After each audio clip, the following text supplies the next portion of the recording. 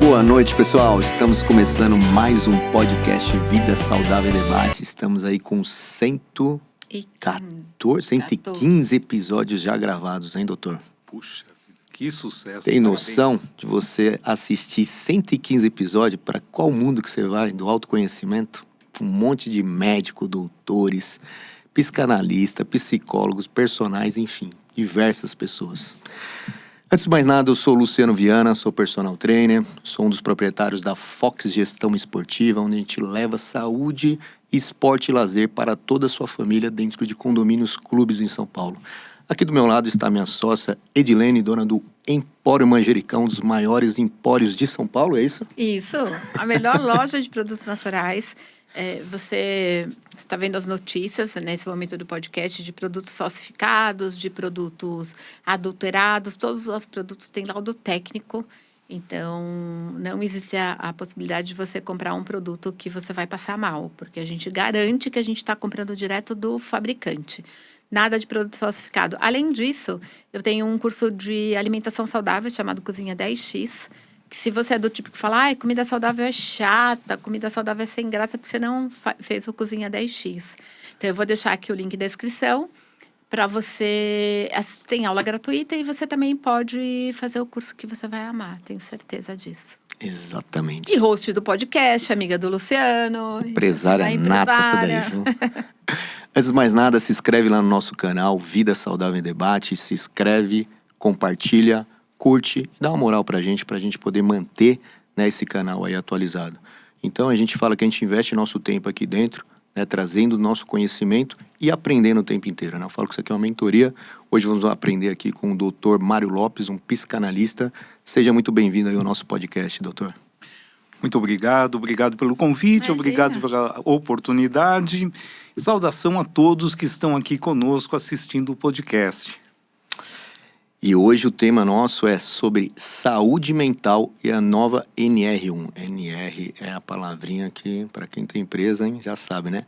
O impacto do estresse, assédio e traumas no ambiente corporativo. Será que o pessoal sofre disso, Edilene? Imagina. Hã? Eu trabalhei em mercado publicitário. Muito assédio? Muitos assédio. Traumas? Acho que eu não tinha muito trauma, eu sempre soube lidar muito bem com isso. O mercado publicitário é um mercado bem complexo, assim, principalmente na questão de pressão, de trabalho, um monte de coisa. Eu acho que eu gostava tanto do que eu fazia que eu conseguia lidar com essas questões, mas a gente não é a maioria das pessoas, não é o normal. E hoje estamos aqui com o Mário Lopes, psicanalista, pós-graduado em neurociências e psicologia aplicado pelo Mackenzie. É terapeuta integrativo, coach executivo, palestrante e master em PNL, com ampla experiência em mentoria e desenvolvimento de grupo. Também é diretor de arte e imagem, uma empresa especializada em treinamento de liderança, prevenção de burnout, controle de estresse e ansiedade, trabalho em equipe e competências socioemocionais. Doutor, como é que tá esse mundo aí de estresse e ansiedade do trabalho aí? Tem bastante paciente chegando para você? Existe realmente estresse, ansiedade? Ou as pessoas que eu falo que tem gente que espana muito fácil, né? Tem. Tem de um tudo. Tem de tudo. Olha, a questão não é as pessoas virem, a questão é as pessoas se conscientizarem que elas precisam vir.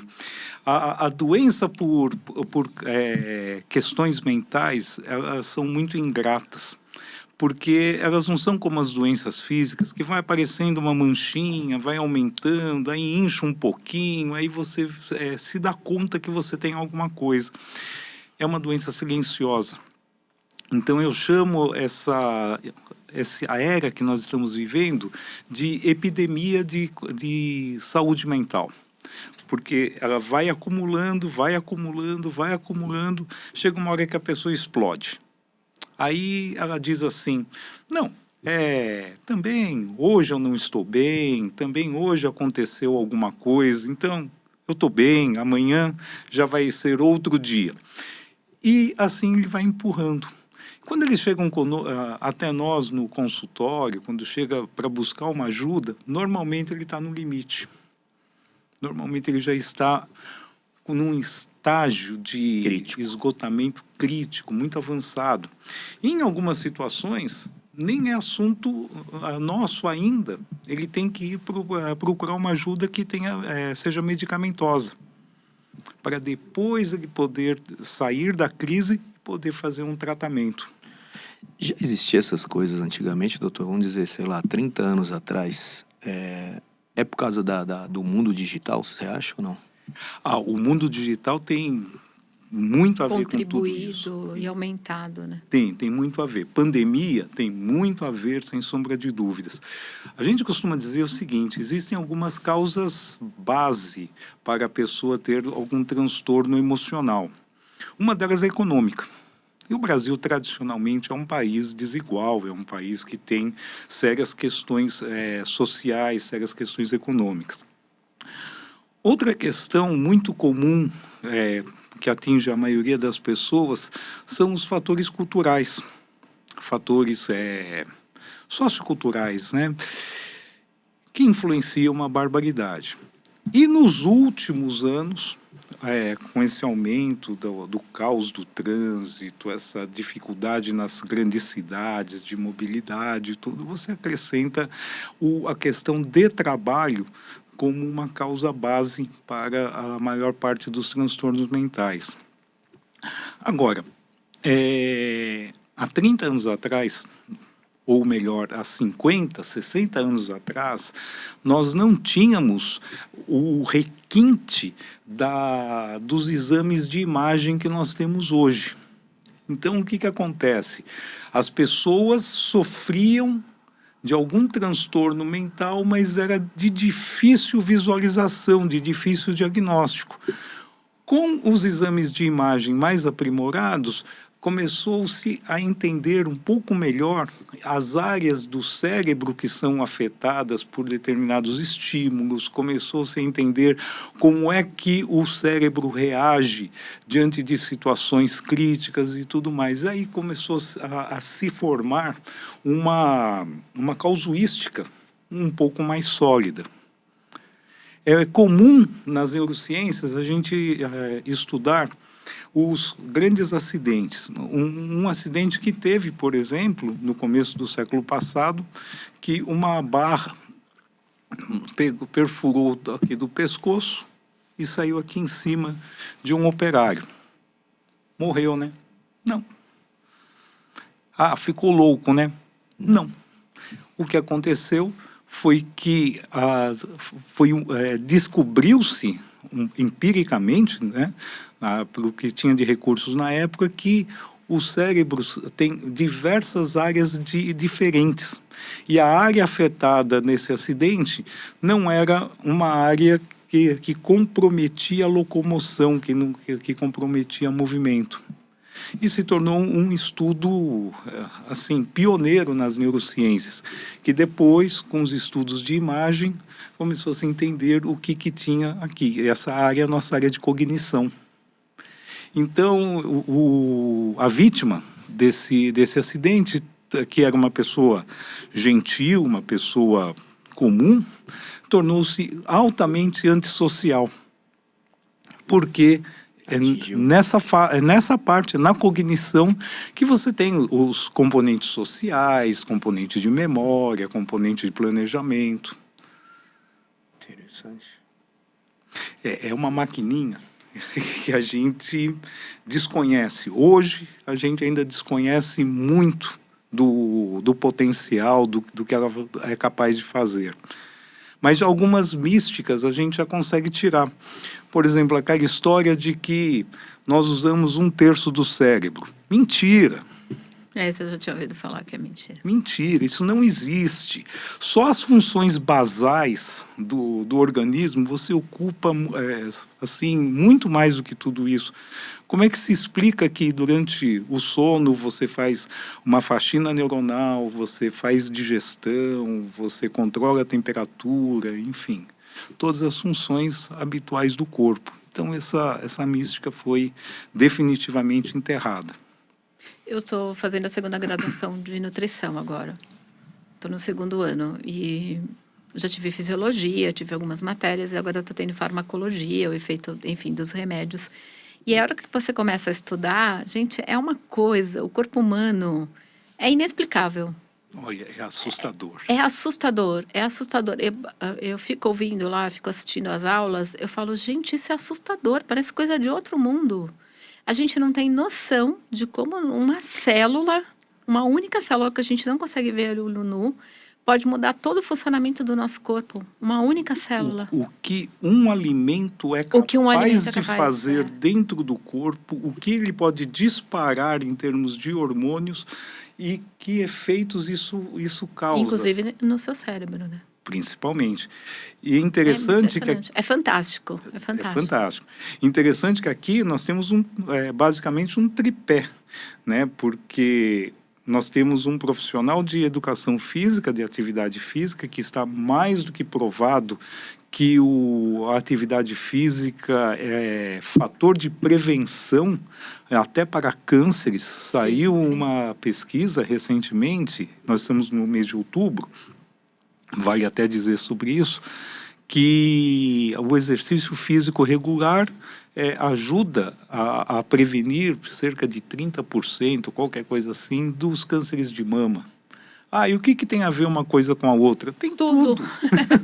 Simplesmente tudo, porque o nosso corpo foi feito para se movimentar.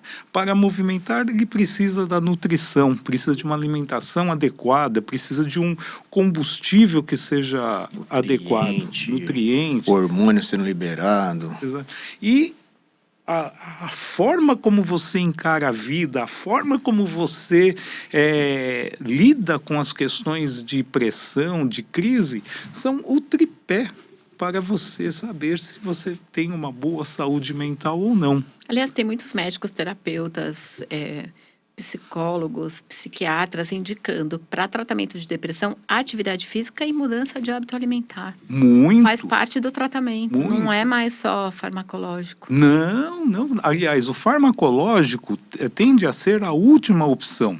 Exato. Quando a pessoa já tentou de tudo, ou presumivelmente tentou de tudo. Porque você tem dentro do seu corpo tudo o que você precisa para aliviar dores, para te motivar, para te dar prazer, para te trazer felicidade. A questão é que precisa saber usar, né? A pessoa não pode querer fazer um exercício e achar que isso daí se resolveu. Ele não pode comer 1 grão de um oleaginoso, por exemplo, e dizer, então aqui já consegui todos os óleos que eu queria. Claro que não. Claro que não. É o equilíbrio. Precisa de uma constância, precisa de hábitos, precisa criar comportamentos para isso. E as empresas, que você lida muito com as empresas, né? Porque você faz ali a implementação, não sei se eu posso falar a implementação da NR1. As empresas já estão tendo essa consciência?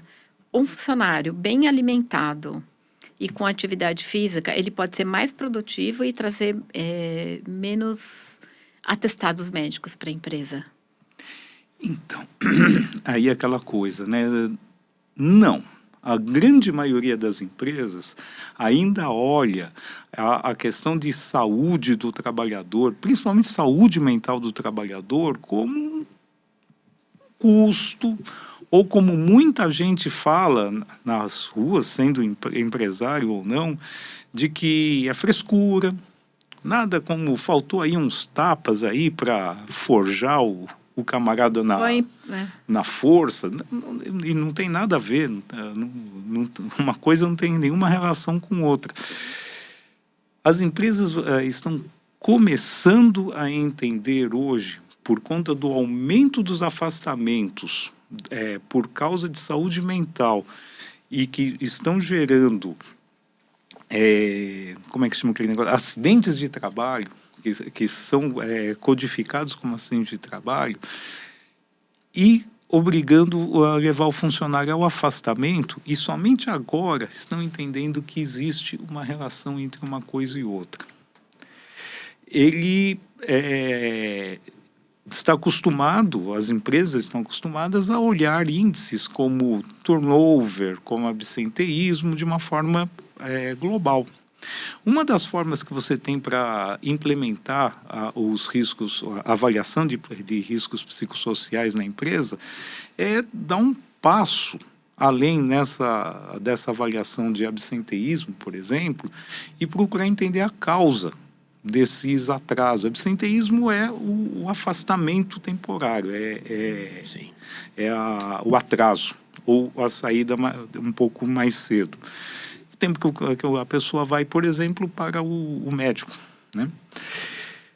Um simples levantamento estatístico que a empresa faça, avaliando a razão desses afastamentos, ele vai entender o peso que tem o estresse ou o esgotamento dentro da empresa, com todos os efeitos que vão ter sobre a equipe. Quem trabalhou com uma pessoa estressada no grupo sabe o que é isso. Ele contamina, ele dissemina essa raiva, né? Esse esgotamento muito rápido, muito fácil. E hoje a gente também olha para o que nós chamamos de presenteísmo. O que é o presenteísmo? É eu estar aqui plenamente, não somente de corpo, né? A 100%. E alma. Como é que a gente sabe disso? Índice de erros, índice de distrações, tempo que a pessoa fica no cafezinho, tempo que a pessoa fica banheiro e assim por diante.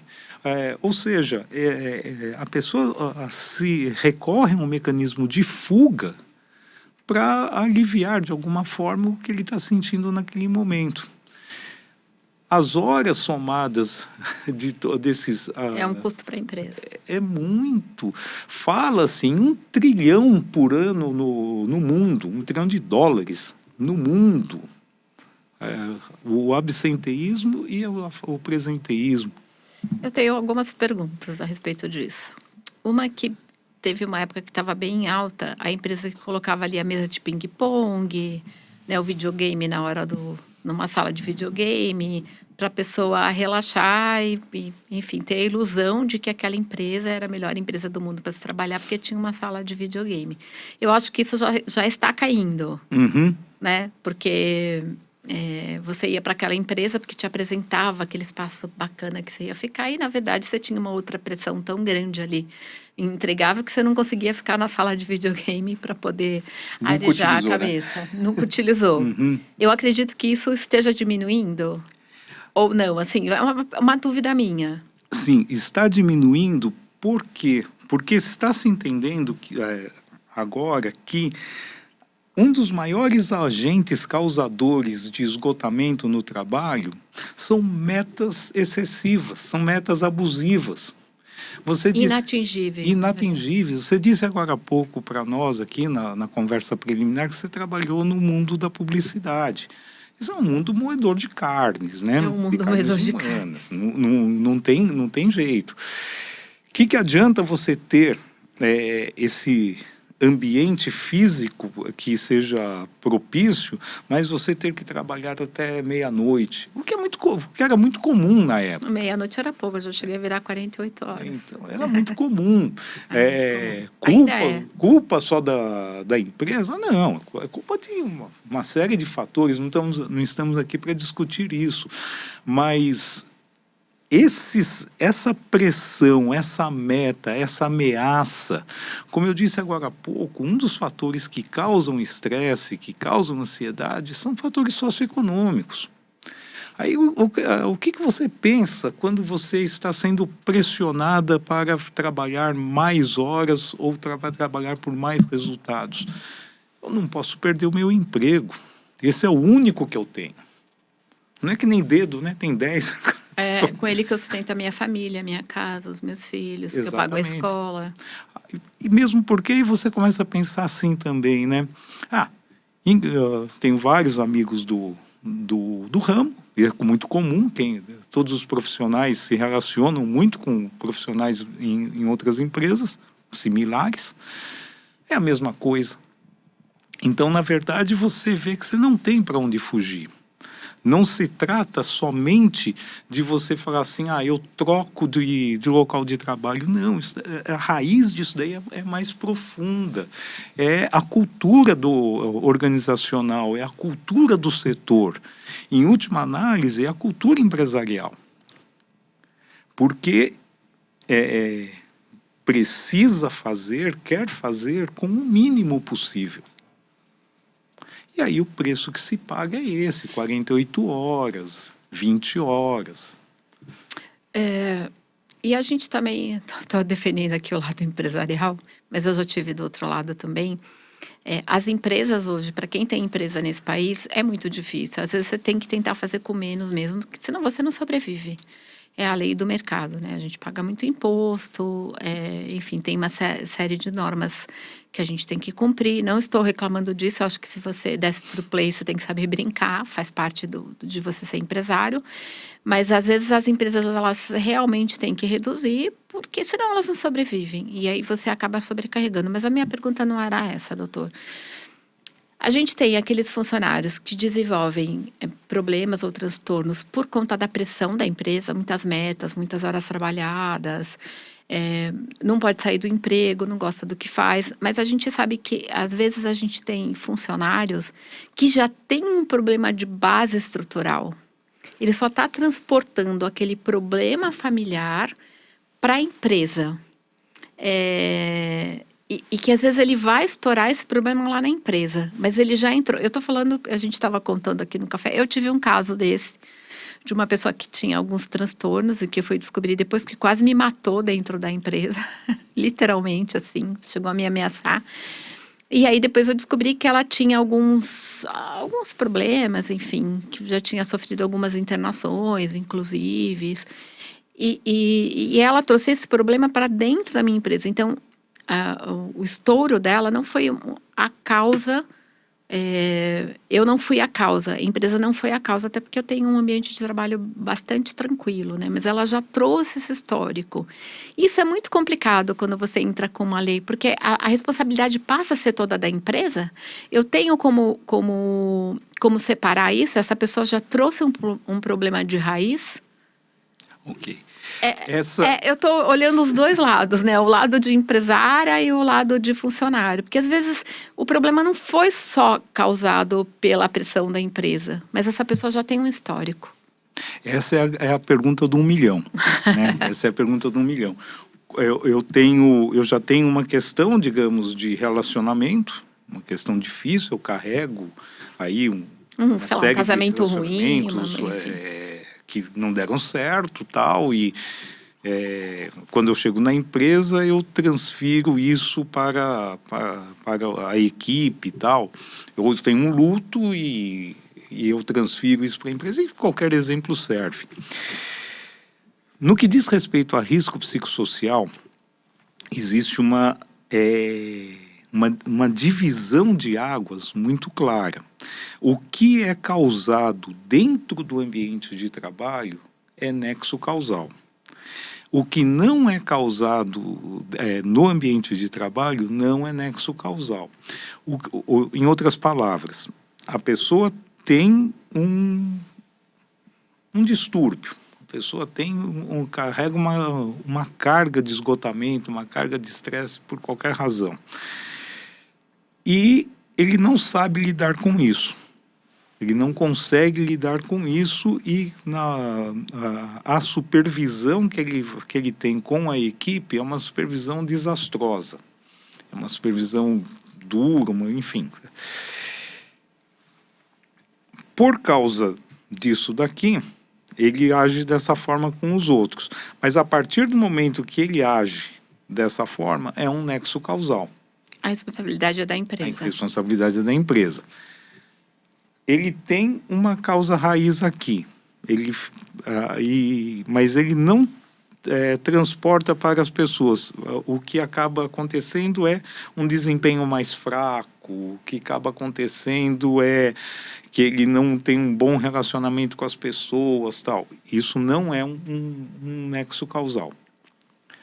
Ou seja, é uma questão, uma patologia, vamos dizer assim, que ele carregou, que ele trouxe, que afeta o desempenho dele, é uma questão puramente administrativa. Cabe à empresa decidir se vai ficar, se vai manter, enfim, que atitude que ele vai tomar com a pessoa.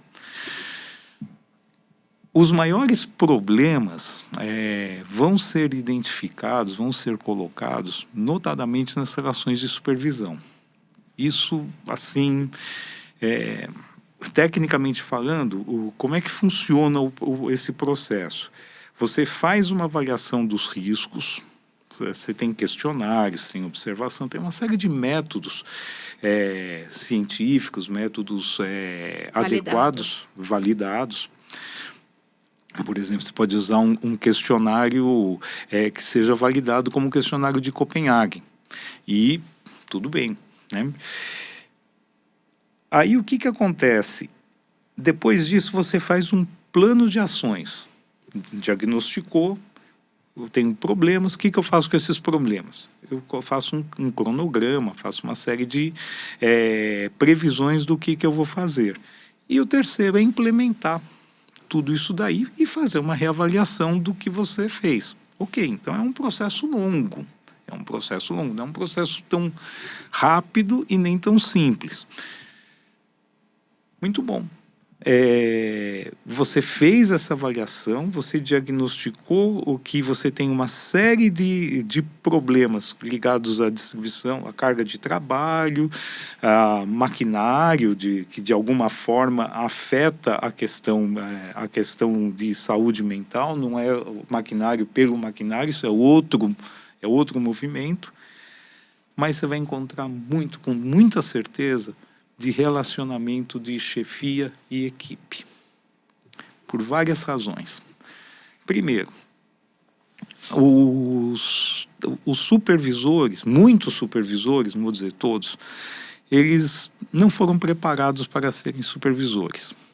Eles foram o técnico que se destacou, então ele se tornou uma pessoa de confiança e virou supervisor. Ok, erro da empresa.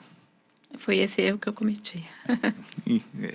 Erro da empresa, porque antes de você colocar a pessoa, você tem que preparar.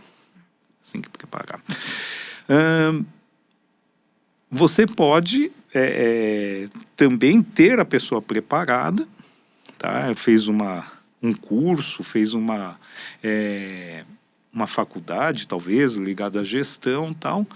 Porém, o mundo acadêmico tem uma distância razoável, para não dizer enorme, da vida prática.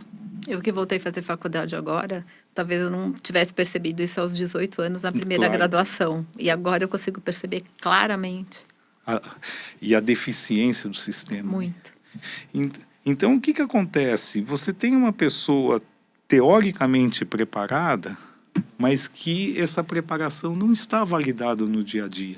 E aí, de repente, você ainda coloca para ela o seguinte: A partir de agora, você precisa incluir no seu sistema, no seu método de supervisão, questões socioemocionais. Você tem que cuidar do relacionamento. Pô, relacionamento, caramba! Ele Eu sou tem que entregar chefe, eu resultado. mando. É. Eu mando. Eu mando, ele entrega resultado. É mais ou menos por aí. Eu não vou pedir, eu não vou me rebaixar para pedir, para conversar com um funcionário, como se ele não fosse funcionário. Então, assim, é uma questão cultural. É uma questão cultural. É culpa desse cara? Não. É culpa dessa empresa? Não. Isso é um conjunto de coisas que fizeram com que nós tivéssemos toda uma geração, todo um grupo de supervisores que não estão preparados para lidar com o aspecto humano da subordinação.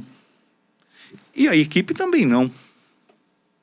Também tem o de lá para cá e de lá para cá. Uma via de mão dupla. Não tem bonitinho na história. Então a gente vai encontrar muito problema nisso daí. Muito, muito, muito, muito. E é por isso que os questionários são sempre anônimos. Imagina você ter que se identificar, dizendo, aqui é o Mário e tal, que está dizendo que tem essas questões. Não dá validade para o questionário. Então, nós vivemos um momento de transição muito complicado. Aí eu somo tudo que vocês colocaram agora há pouco. Telas demais, informática, essa pressão do dia a dia excessiva, competição exagerada, trânsito, enfim, toda uma série de fatores que se complementam, que faz com que a pessoa chegue já com algum grau de desgaste. Não vai produzir, ela já chega cansada no trabalho. Chega cansada, chega irritada, aí qualquer olhar ele não sabe interpretar. Não se estuda em faculdade nenhuma autoconhecimento. A pessoa, autoconhecimento é uma frescura tão grande quanto você olhar o relacionamento com a equipe.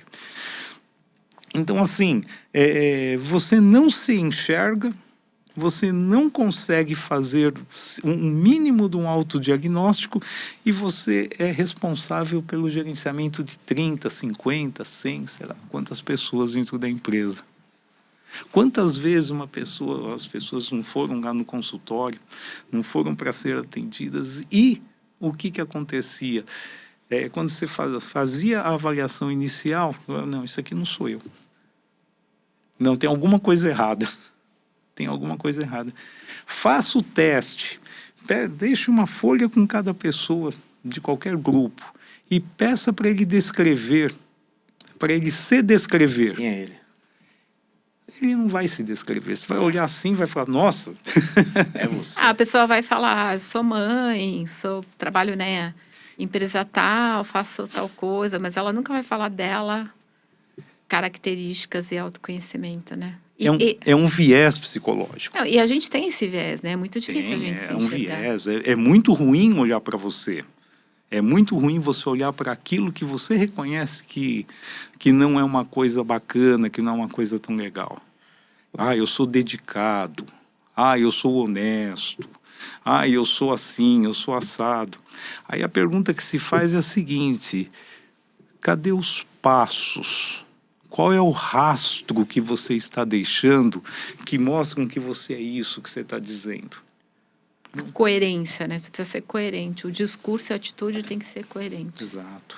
Falta competência na contratação, vamos dizer assim, o empreendedor, na hora da contratação, fala que a gente tem ali um ator e uma atriz, né? Ela está ali na nossa frente, a gente faz ali mais de 1 hora, às vezes, de entrevista. Tem empresas que passam só por uma entrevista, tem empresas que passam por 3, 4, 5. E às vezes a gente não tem essa competência de avaliar, porque a gente está tão no desespero de contratar uma pessoa, né? Dependendo da empresa que você necessita daquela pessoa para ontem, as pessoas acabam contratando quem quer trabalhar e não quem tem o perfil para trabalhar dentro da sua empresa, não é isso? Quem está disponível, né? Aí é que está, né? muita empresa comete um erro. Ela não recorre a um profissional para fazer essa investigação. Uma entrevista é uma investigação. Você tem um roteiro de perguntas, você tem uma técnica para você desvendar o que você precisa que seja desvendado, você tem, enfim, uma expertise para você poder tirar uma ideia um pouco melhor da pessoa que está na sua frente. Porque o cara que está precisando do emprego, ele vai dizer, não, eu varro o chão, eu faço o que você quiser, está tudo em ordem. Mas, aos olhos de um entrevistador treinado, isso daí fica muito evidente quando é fato, quando não é. Então, falta hoje um profissional, vamos dizer que o empresário ele erra em não contratar a pessoa certa que contrata pessoas dentro da empresa dele. Que seria a primeira pessoa mais importante, ele está deixando não, porque ele não contrata essa pessoa. Não contrata, que não precisa nem ser uma pessoa interna, você pode recorrer a uma consultoria especializada nisso.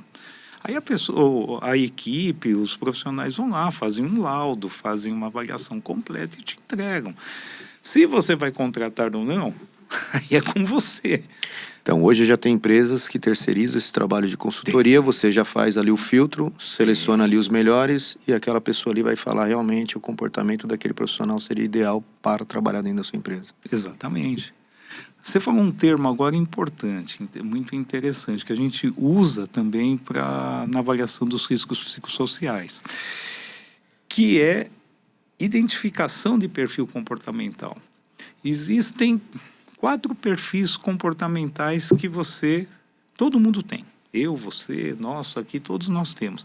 A mescla desses perfis em diferentes porcentagens é que dá a forma típica como cada um de nós age ou reage a situações.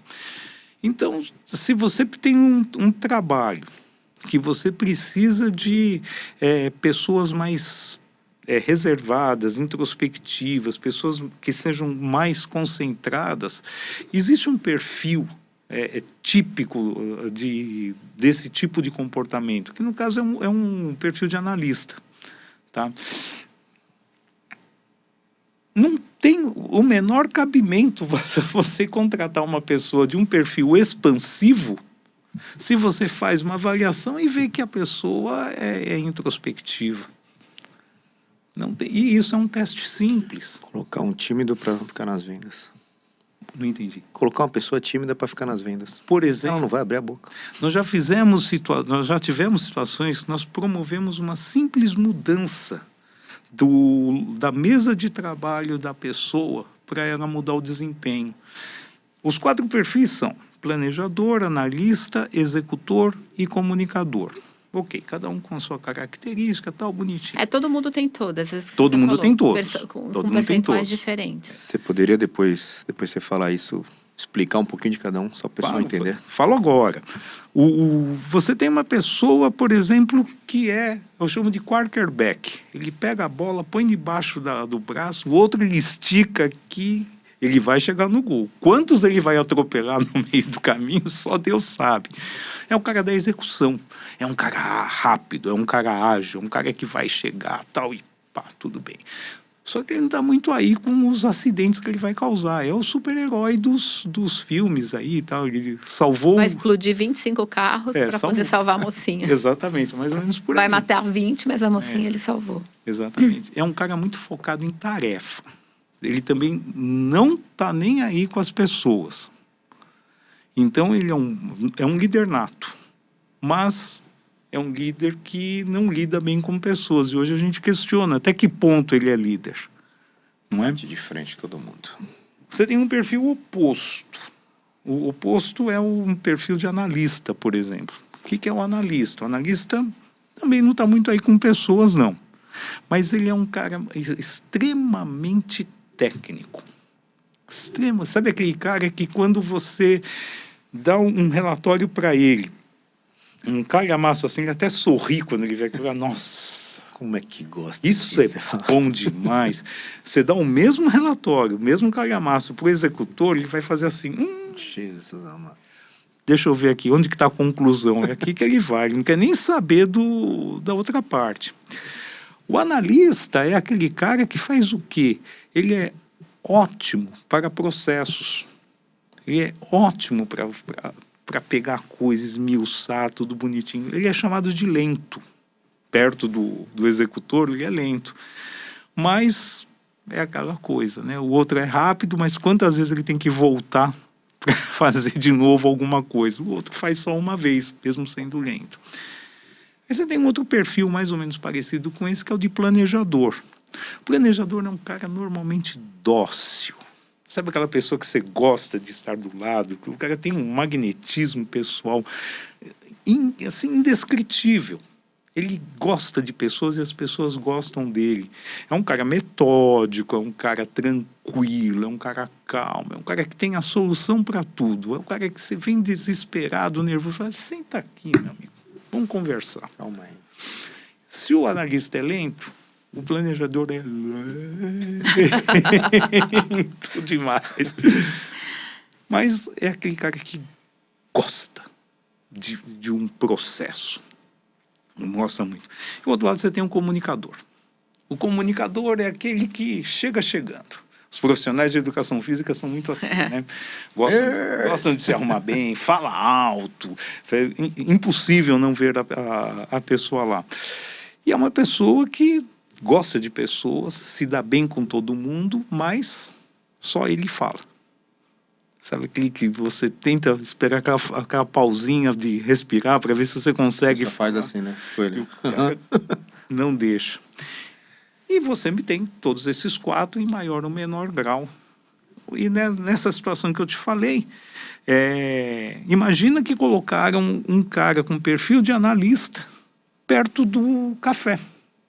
O que é o café numa empresa? Barulho, conversa, fofoca. Falar mal de todo mundo, né? Falta de foco. Mais ou menos isso. O cara ficava desesperado. Ele não aguentava aquilo lá. Digamos, colocamos ele no cantinho. Ela passa ali. Bem longe. Ele ficou feliz. Ele ficou muito feliz. Falou, é aqui que eu devia estar desde o começo. E, de fato, era ali que ele devia estar desde o começo. E pronto, resolveu o problema da produtividade dele. Mas você tem que entender que existem perfis diferentes. Você tem que respeitar. E você não pode chegar na pessoa e dizer assim, mas você é lento, hein, meu? Putz, você é devagar, quase parando, tal. Quantas vezes a gente já não ouviu isso? Ou, às vezes, nós mesmos já não falamos. E não é isso. A questão não é a velocidade, a questão é o perfil da pessoa. Às vezes, então, assim, vamos dizer que hoje nas multinacionais, até agência de... hoje é ilha, né? Tudo é ilha, ilha, ilha. Então você passa ali, não tem mais nenhuma porta, não tem mais nenhum lugarzinho fechado. Você coloca um cara desse aí, planejador, praticamente, um analista, no meio da bagunça ainda. Mesmo que está longe um pouquinho, ele precisa de uma sala para ele. Uhum. E a maioria das empresas hoje não está tendo mais salas. Não Um tá cara tendo desse nem não vai lugar, produzir. né? A pessoa chega cada hora, ela senta no lugar, porque... É um cara que vai bem no home office. É uma pessoa que manda ele ir para a empresa 2 vezes por semana. Você vai ver como os 3 dias que ele faz em casa, Produtivo ele total. trabalha que nem um louco. A pandemia foi uma questão que afetou muito a saúde mental, que revelou muita coisa, né? Como, por exemplo, isso. Qual é o melhor ambiente de trabalho para cada tipo de pessoa? Quem que se dá melhor trabalhando sozinho ou trabalhando no ambiente doméstico ou não? Certamente o executor teve problemas seríssimos para lidar com essa solidão. E quando a gente, no início de uma entrevista, a gente já vai detectar vários tipos de perfis e comportamentos que realmente a gente já sabe que pode causar, né, um transtorno dentro da empresa. Mas a pessoa tem aquele perfil. Hoje, como que está o mercado? Assim, as pessoas estão contratando, estão ali investindo para poder melhorar aquela pessoa ou já estão descartando aquela pessoa na entrevista? Tem de tudo. Tem de tudo. Depende muito do grau de distanciamento do perfil da pessoa em relação ao que você precisa. A pessoa ali enquadradinha, bonitinha, putz, daí não é exatamente uma tarefa das mais fáceis. Aí você começa a ver quem que é mais treinável, quem que é mais adaptável ao que você tem. Erro comum que a gente já viu várias vezes. Eu quero uma pessoa dinâmica. Dinâmica, com iniciativa e tal. Ninguém tem liberdade para tomar decisão aqui. Por que você quer uma pessoa dinâmica? Porque é um termo bonito. Porque é legal. Porque todo mundo pede, então eu também vou pedir. Então eu volto a dizer, a primeira questão está em quê? Em você ter uma linha de supervisão boa. Que saiba não só identificar o perfil, mas saiba o que ela precisa para ela. Mas eu acho que a gente tem uma tendência a contratar pessoas parecidas com você. Muito. Muito. Muito, muito. E aí é onde muitas vezes você erra. Muito. Existe uma coisa chamada neurônio espelho. Então, isso vale para os dois extremos, para esse parecido que você quer para você e para aquilo que você não suporta. Então, é muito comum a pessoa bater o olho em alguém, ver o comportamento, saber, sentir que aquele comportamento é o comportamento dele próprio, e aí ele toma atitudes que é claro que ele não toma com ele mesmo, né? Contrata errado, persegue, aplica punições que não são desmedidas, são desproporcionais em relação ao restante da equipe, tá? É uma distorção de visão. Agora, doutor, a teoria é muito bacana, mas você pega uma empresa aí de 6 mil, 10 mil, 30 mil, 50 mil funcionários, como que você personaliza? Você não consegue personalizar. Quer dizer, eu acho que não consegue, né? Fulano trabalha bem se for em casa, ciclano trabalha bem se for ali no cantinho longe do café, o outro trabalha bem se trabalhar da meia-noite às 6, porque do dia ele não funciona. Você precisa ter alguns padrões, porque senão uma empresa de 30 mil funcionários não anda, por exemplo. Sim, sem dúvida. Tem que ter E aí padrões. você acaba deixando um pouco o fator humano de lado e meio que coloca uma regra geral que você não vai atender. Você não vai conseguir atender o perfil daquelas 50 mil pessoas, 30 mil, 10 mil. A partir de duas, eu já acho que você já tem dificuldade de atender, né? Se você for uma empresa ali com 20, 30, você já não consegue. Eu diria para você que é mais fácil a empresa grande conseguir estabelecer padrões e processos e treinar e adaptar a equipe, a moldar a equipe a esses processos do que uma empresa com 10 funcionários, 8 funcionários, que na prática são 8 pessoas que acabam tendo que fazer de tudo um pouco. 8 que seria 20. Né? Mais ou menos isso. Porque o que acontece, como você disse há pouco, a realidade do microempreendedor não é tão florida assim, eu sei, claro, eu reconheço isso. E aí o que ele faz? Ele precisa de pessoas que sejam um pouco mais polivalentes, que possam um dia vender, outro dia embalar, outro dia cuidar do estoque e assim por diante. Ele não tem reservas para cobrir férias, ele não tem reservas para cobrir uma ausência eventual, tudo mais, enfim. Ele vai trabalhar o que ele tem. Então, uma pessoa dessa precisa de pessoas mais polivalentes, pessoas que sejam um pouco mais flexíveis. E eu acho que é mais difícil. É mais difícil. Eu acho que é mais difícil. Uma empresa grande, não digo nem com 30 mil funcionários, uma empresa de 1.000, que não é exatamente pequena, ela tem, pelo menos em tese, os recursos tecnológicos, humanos e financeiros para criar os processos, criar mecanismos de recompensa, criar formas de gestão que possa contemplar a maioria. Porque, no fundo, nós estamos falando de relação do trabalho. E relação do trabalho leva, inevitavelmente, a uma recompensa.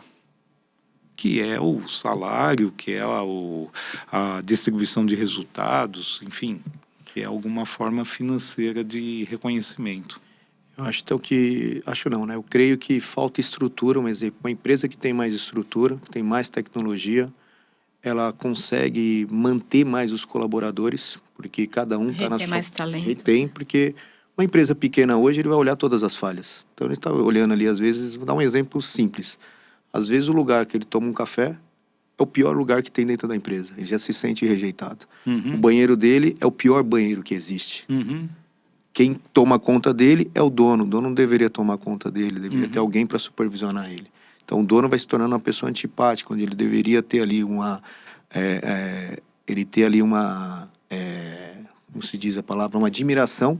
Ele vai ter um ódio da pessoa. E você tá ali... Ou às vezes se torna amigo demais. Isso, que É o também que eu ia ruim. dizer. Então, eu creio que quanto mais estrutura, eu visito muitas fábricas, assim, eu fico olhando e falo, cara, como é que o cara consegue? Com 1000 pessoas aqui, todo mundo no seu setor, bonitinho, um sorriso mesmo, você fez. Pessoal bonitinho, uniformizado, nos horários, cumpre o horário do almoço certinho. Aí você vai nas outras empresas mais simples, mais básicas, você uma bagunça, o pessoal com a cara mal-humorada, uma vestimenta horrível. Você fala, os ambientes, você fala, como é que um cara consegue trabalhar num ambiente desse? Então, eu creio que a estrutura conta muito para... Muito, muito. Essa é uma das questões que a gente tem visto muito. Em termos de NR1, um fato é, todos vão ter que fazer. Não tem grande, não tem pequeno, não tem mais ou menos. Todos terão que fazer. E uma das questões que vieram para nós foi isso, mas, meu amigo, aqui nós somos 8, nós somos 10, nós somos 15, sei lá, um número muito pequeno. Aqui a coisa funciona de uma forma diferente. Informal, né? Eu que dou o tom, eu que sou o empreendedor, né? Eu que faço as coisas acontecerem e tudo mais. Como é que a gente resolve isso? É de fato um desafio, porque eu conheço muito empreendedor que nessa situação ele passou por um período de crescimento. Ele começou muito pequenininho, bem na fase embrionária do negócio, e foi crescendo. Nesse meio do caminho, ele conseguiu encontrar um braço direito. Porque, por qualquer razão, não importa qual seja, se tornou o queridinho dele. E ele fez concessões ao longo do tempo para essa pessoa. Não, seu horário é um pouco mais flexível, pô, eu entendo a sua situação, porque ele precisa dele. Ele precisa dele, é a única pessoa, talvez, até aquele momento, que preenche tudo que ele está precisando. E aí se estabelece, quando a empresa cresce um pouco mais e aumenta o time, uma relação de desigualdade. Aquilo que ele tolera para aquela pessoa, que acompanha ele desde o começo, tal, ele não tolera para outro, que já, sei lá, veio depois. E como é que a gente resolve isso? É cultura empresarial. Você entende? Entendi. A gente tem que respeitar essa história, tem que respeitar. Não tem a menor dúvida que você precisa respeitar. Faz parte daquele empreendimento aquela forma de relacionamento. E, como foi dito no começo, a norma não leva em consideração certas particularidades, certas peculiaridades. Tem que nivelar tudo de uma forma só, né? Desculpa, pode terminar. Tem que dar uma nivelação única, né? Não tem jeito. Não pode ser 2 pesos, 2 medidas. Não pode. Então, assim, o que a gente precisa, o grande desafio dos profissionais que estão trabalhando hoje, implementando a NR1, é criar formas diferentes de administrar e de gerenciar os riscos psicossociais, respeitando essas condições. Porque também tem uma coisa: os riscos inerentes a uma empresa de 1000 funcionários são completamente diferentes das de uma de 50, de 50 ou de 5 funcionários. Doutor, para quem nunca ouviu falar nessa palavra NR1, o que seria... As pessoas que realmente nunca ouviu aí, tem tá razão. Começando a empreender, tem gente que nunca viu. Tem razão. A NR1 é a norma guarda-chuva, vamos colocar assim, que trata das questões de saúde e segurança no trabalho. Ela é a base para todas as regulamentações posteriores, tá? Seja equipamentos de segurança, seja formação de CIPA, seja ambiente insalubre, seja o que seja. Independente da empresa. É a norma base. Tá. A partir dessa norma base, todas as outras são criadas com as suas especificidades. Você tem normas, por exemplo, que falam de caldeiras, por exemplo. Não tem cabimento você falar de caldeiras para quem está no ambiente, sei lá, de comércio. Personal, Sim. Não, de comércio, de alguns tipos de serviço. A área de saúde tem uma norma regulamentadora específica para estabelecimentos de saúde, descarte,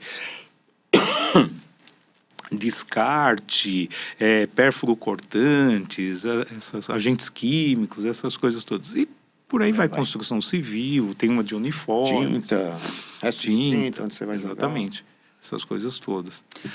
E isso vai desde a empresa que tem... Se eu tiver um funcionário registrado, eu já tenho que comprar. Já está sujeito. Posso ter um ou posso ter 1000? 1 ou 1000. Claro que o nível de complexidade é diferente e o instrumento que você vai usar são instrumentos diferentes de avaliação. As empresas pequenas, vamos colocar assim, até 10, 15 funcionários, resolvem muito bem os seus problemas com os laudos mais simplificados. Tá? E as outras empresas continuam precisando de laudos mais específicos, mais elaborados. Existe fiscalizações? Como é que é? Existe. Acho que você tem que apresentar esses registros, não tem? Tem. Uma empresa que faz pra gente. Hoje é tudo pelo e-social, né? Inclusive essa empresa que libera o e-social, eu acho, tem todo... Hoje é tudo digital. O que eu costumo dizer é o seguinte, a partir do momento que você coloca tudo que você tem da sua empresa no e-social, você está abrindo as informações da sua empresa para a fiscalização, para o governo, para todo mundo. Então, por exemplo, você colocar nos seus laudos que você tem um problema com um determinado agente, uma determinada situação, e você não resolveu, você não tem um plano para resolver isso ainda, você está abrindo o caminho para a fiscalização. Esse daqui não tem, dá para ir lá. Ou você passou o prazo, é maio que entra em vigor tudo isso, e você não apresentou nada.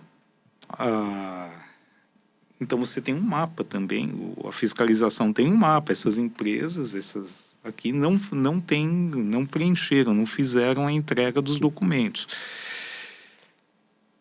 Isso é uma situação. A empresa pode também chegar e falar assim, eu vou fazer uma coisa assim, en passant, mais ou menos, só para cumprir a lei? Pode. Pega lá, elabora o laudo, pede essa consultoria para fazer isso e tal. Mas eu diria que quem faz isso vai perder a grande oportunidade. Ele vai cumprir a questão legalista. E a questão legalista é pesada. Nós estamos falando de uma multa de cerca de R$6.000 por infração. Tá? Não é exatamente pouco. Mas onde que eu digo que ela perde a oportunidade? De melhorar o seu ambiente de trabalho. Perde a oportunidade de contribuir para minimizar os aspectos de doenças mentais no Brasil. Nós somos o país mais ansioso do mundo. E não sou eu que estou dizendo, sei quem disse foi a OMS.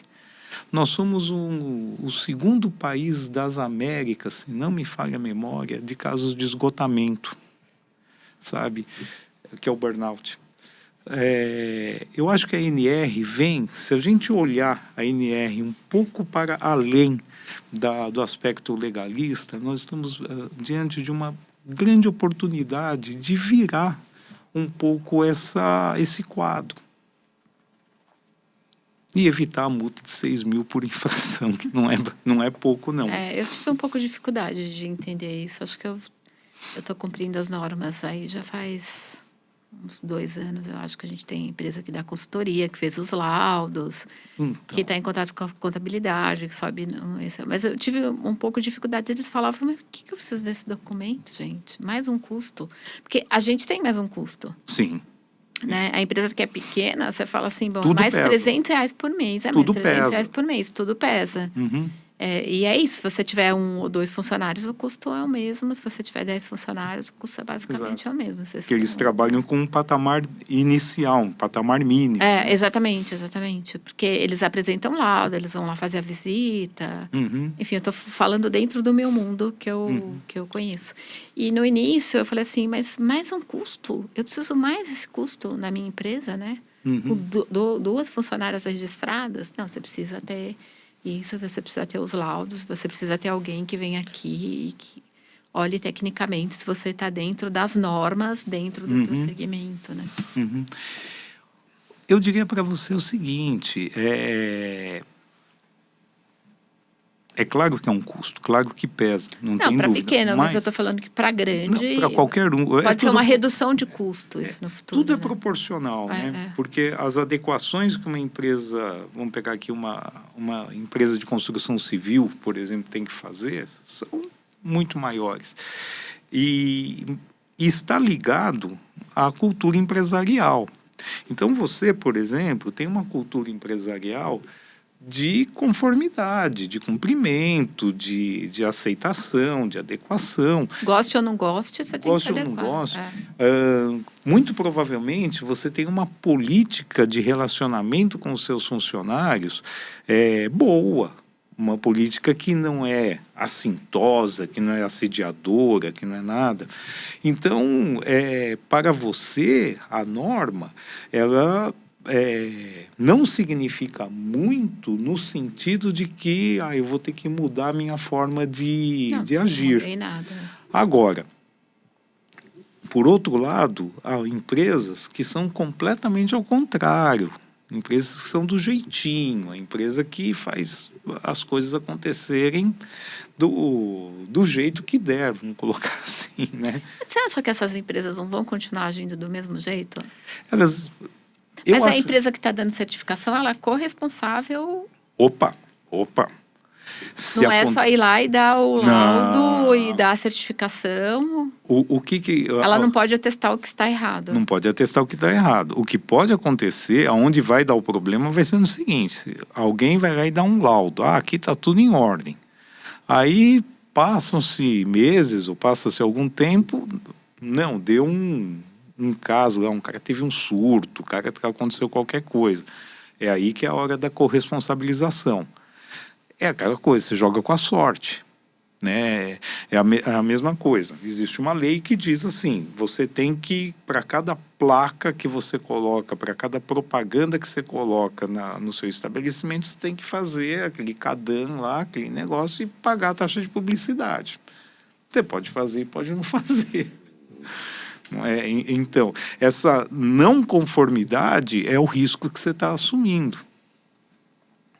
Não querendo ser puritano, até porque não é do meu feitio, não sou puritano, eu acho que é melhor você ser conforme, é melhor você estar na conformidade.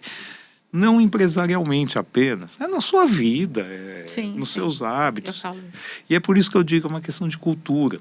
Eu não quero ter dor de cabeça, eu falo. Deixa eu fazer direito. Exato. Para não ter que fazer 2 vezes. E muito provavelmente esse comportamento também acontece na sua casa. Acontece com seus relacionamentos familiares, com seus relacionamentos com os amigos, acontece com tudo. Porque não existem 2 pessoas, a pessoa é a mesma. A pessoa é a mesma. Pode ser que ela precise correr riscos um pouco mais acentuados, porque gera um custo que ela não está preparada? Pode, claro que pode. Mas, com certeza, ela voltaria para a conformidade na primeira oportunidade. E quando eu falo que a ANR traz essa oportunidade em termos de saúde mental, é porque a gente começa a conversar sobre saúde mental de uma forma um pouco mais aberta. a gente começa a entender a saúde mental não como frescura, mas como algo que eu estou sujeito, que você está sujeito, que você está sujeito. Mas assim, mas eu não tenho problema. Bom, primeiro, como é que você sabe? Segundo, por mais que você saiba, você tem filho, você tem marido, você tem esposa, você tem namorado, enfim, você não vive sozinho. Então, quanto mais essa cultura de prevenção, quanto mais essa cultura de preocupação estiver disseminada, menos riscos a todos nós corremos. Nós mesmos ou com as pessoas com quem nós nos relacionamos. Ótimo. É isso que eu penso. Eu vou só... A gente precisa encerrar, já deu 1 hora. A gente falando disso aqui, eu assisti um filme essa semana, porque eu durmo tão cedo que os meus filmes viram séries, né? Eu assisto 15 minutos um dia, 15 minutos no outro, 15 minutos, não dou conta de assistir. Não sei se vocês já assistiram, chamado Dias Felizes. Ele já... É um filme japonês. Não vou dar spoiler aqui, mas ele acho que concorreu ao Oscar, que é um japonês que ele basicamente vive sozinho e a vida dele é uma rotina e ele é super feliz com aquilo. Ele tem a mesma rotina, o mesmo ritual todos os dias, até que aparecem algumas pessoas na vida dele e aí ele tem que sair daquela rotina e os dias felizes dele deixam de ser dias felizes porque ele tem que se confrontar com algumas coisas, né? E é isso que a gente está falando, exatamente isso. Ninguém vive sozinho, né? Ele vive sozinho, o começo do filme é assim, a rotina dele, ele sozinho, ele nem fala. Até chegou um momento do filme que eu achei que ele era mudo, eu falei, acho que ele realmente não fala, ele é mudo. E aí depois ele começa a se confrontar, porque ele entra em contato com as pessoas que fazem parte do mundo dele, e aí começam a vir os problemas. E é exatamente isso, né? Eu acho que a NR é exatamente isso. Você não vive sozinho, você tem que cumprir normas, você está com pessoas e faz parte. Não dá para ser do seu jeito sempre, porque você está numa sociedade que você tem que conviver com as outras pessoas e como empresário, você tem normas a serem seguidas. Que nem eu falei, se não sabe brincar, não desce pro play, pronto. Exatamente. Se você quer ser empresário, é isso, meu amigo. Então, São vai os fazer problemas. outra coisa, são os problemas que você tem. Tem que pagar consultoria para ter INR, porque você não pode emitir o seu laudo sozinho, você precisa da empresa que tem que emitir. Tenha um funcionário registrado, tenha 1.000 registrados funcionários, você tem que ter. Eu diria também o seguinte, essa questão de solidão, essa questão, primeiro a questão empresarial.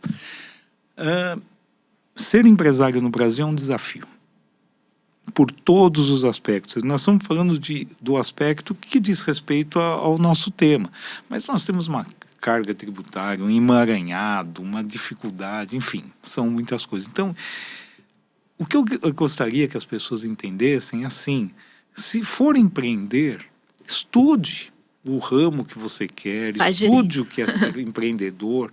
Você não vai ter um valor X naquele dia certinho, todos os meses. A vida é completamente diferente. Eu vou montar um negócio, eu vou empreender porque aí eu vou ficar bem. Calma. Vem conversar com a gente aqui, né? Calma, vou trabalhar menos, não vou ter que trabalhar tanto como eu trabalho hoje. Ser empreendedor nesse país não é para amador. Não. Você tem preguiça até de não dormir. Não é para amador, não dá para ser. Exatamente, é difícil. Segunda questão que eu gostaria de complementar, o homem é um ser social. O homem, nós aqui, só estamos aqui porque os nossos antepassados entenderam em algum momento que eles não eram páreo para o tigre, para o mamute, para o leão, enfim, para qualquer outro animal. O homem era apenas alimento. Nós éramos comida e só isso. Os nossos antepassados que sobreviveram, evidentemente, entenderam duas coisas. Que elas precisavam colaborar. Então, a história do mundo é a história da colaboração. É entender que as pessoas têm talentos e habilidades diferentes e que a soma desses talentos diferentes é que podem levar uma espécie a sobreviver ou não, rigorosamente. E segundo,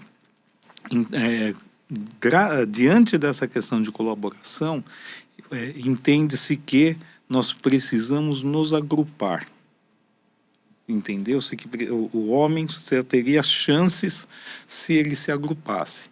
Aí descobriu o fogo, descobriu o uso de ferramentas, descobriu uma série de coisas, foi crescendo, descobriu como consumir proteína, que até então eram só vegetais, ou basicamente vegetais, né?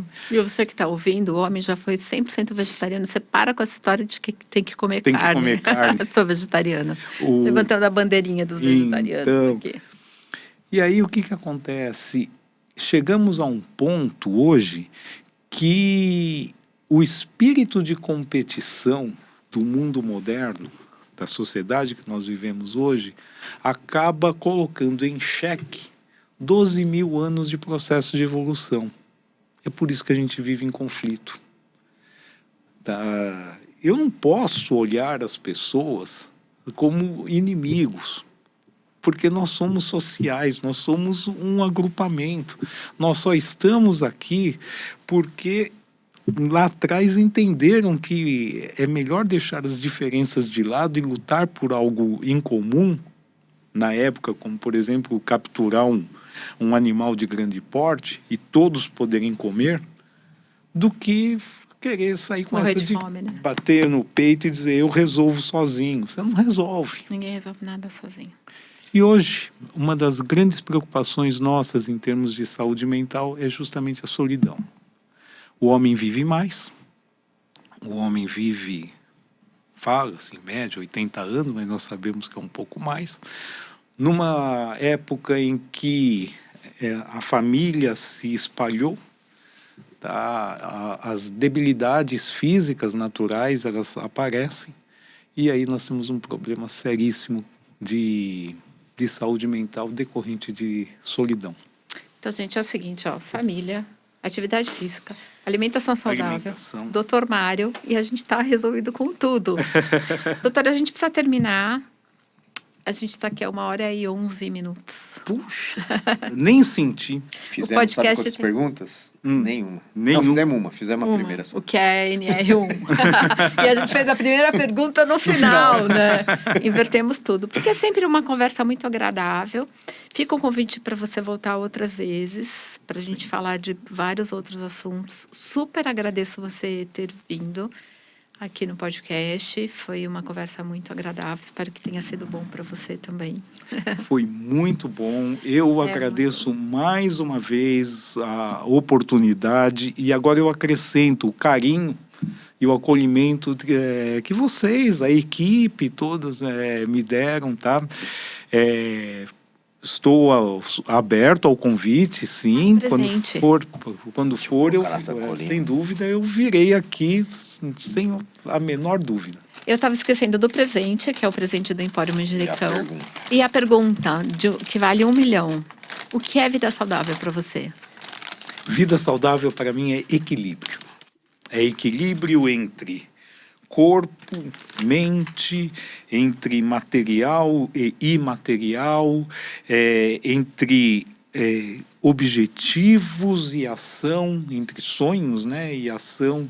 É um equilíbrio constante. Para mim, isso é vida saudável. Eu adoro essa pergunta, cada um tem uma resposta. É um presente do Empório Manjericão para você.